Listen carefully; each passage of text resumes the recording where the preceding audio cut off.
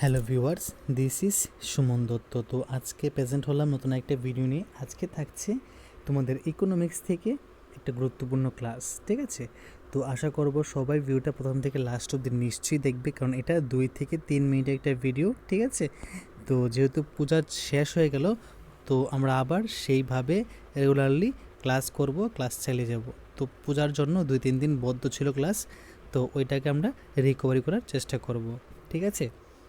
তো ইকোনমিক্স থেকে আমাদের যে জিনিসটা পড়তে হবে, যেমন দেখো গ্যাটটা কিন্তু আমাদের এই যে WTO, তারপর গ্লোবালাইজেশন, ওইখানে কিন্তু একটা পার্ট হিসাবে গ্যাট চলে, ঠিক আছে? তোমাদের গ্যাট, GATT, গ্যাট আমাদের পড়তে হবে। গ্যাট কি? গ্যাট হলো একটা সাধারণ চুক্তি। কি পড়লাম আমরা এখানে পড়লাম যে গ্যাট কি? গ্যাট হলো একটা সাধারণ চুক্তি। এর পুরো কথা হলো general agreement on traffics and trade. কি? গেটের ফুল ফর্ম হলো general agreements on traffics and trade. General agreement on traffics and trade অর্থাৎ কি? অর্থাৎ হলো শুল্ক ও বাণিজ্য সম্পর্কিত সাধারণ চুক্তি।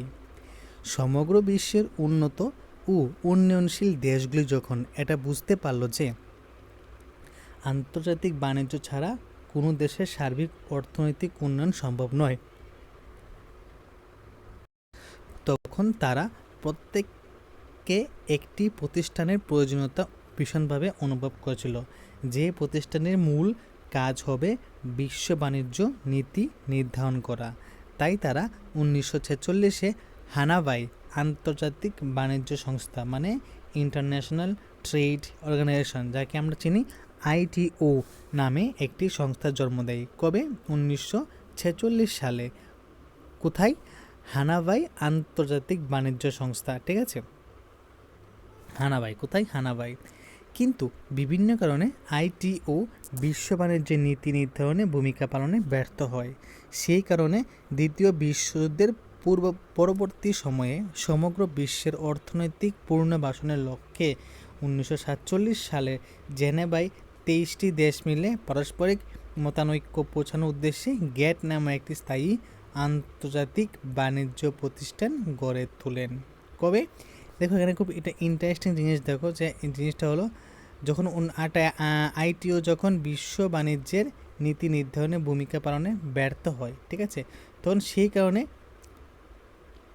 দ্বিতীয় বিশ্বযুদ্ধের পরবর্তী সময়ে সমগ্র বিশ্বের অর্থনীতির পুনর্বাসনের লক্ষ্যে 1947 খ্রিস্টাব্দে জেনেভায় 23টি দেশ মিলে পারস্পরিক মতানৈক্য পৌঁছানোর উদ্দেশ্যে গ্যাট নামে একটি স্থায়ী আন্তর্জাতিক বাণিজ্য সংস্থা বা প্রতিষ্ঠান গড়ে তোলেন, ঠিক আছে?